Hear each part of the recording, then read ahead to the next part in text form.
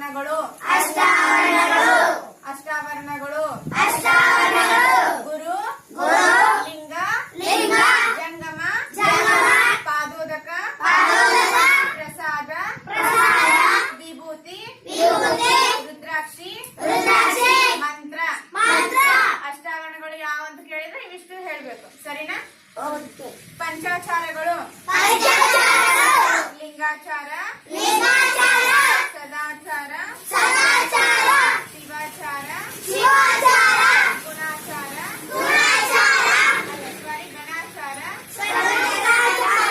ಪ್ರತ್ಯಾಚಾರ ಷಟಸ್ಥಲಗಳು ಭಕ್ತ ಮಹೇಶ ಪ್ರಸಾದಿ ಪ್ರಾಣಲಿಂಗಿ ಶರಣ ಐಕ್ಯ.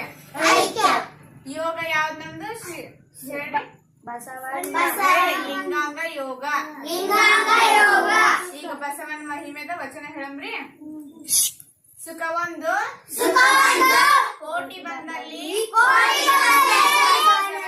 ನೆನೆಯುವುದು. ದುಃಖ ಒಂದು ಕೋಟಿ ಬಂದಲ್ಲಿ ಬಸವಣ್ಣನ ನೆನೆಯುವುದು. ಲಿಂಗಾರ್ಚನೆಯ ಮಾಡುವಲ್ಲಿ ಬಸವಣ್ಣನ ನೆನೆಯುವುದು. ಜಂಗಮಾರ್ಚನೆಯ ಮಾಡುವಲ್ಲಿ ಬಸವಣ್ಣನ ನೆನೆಯುವುದು. ಬಸವಣ್ಣನ ನೆನೆದಲ್ಲದೆ ಭಕ್ತಿ ಇಲ್ಲ. ಬಸವಣ್ಣನ ನೆನೆದಲ್ಲದೆ ಮುಕ್ತಿ ಇಲ್ಲ. ಇದು ಕಾರಣ ಬಸವಣ್ಣ ಬಸವಣ್ಣ ಬಸವಣ್ಣ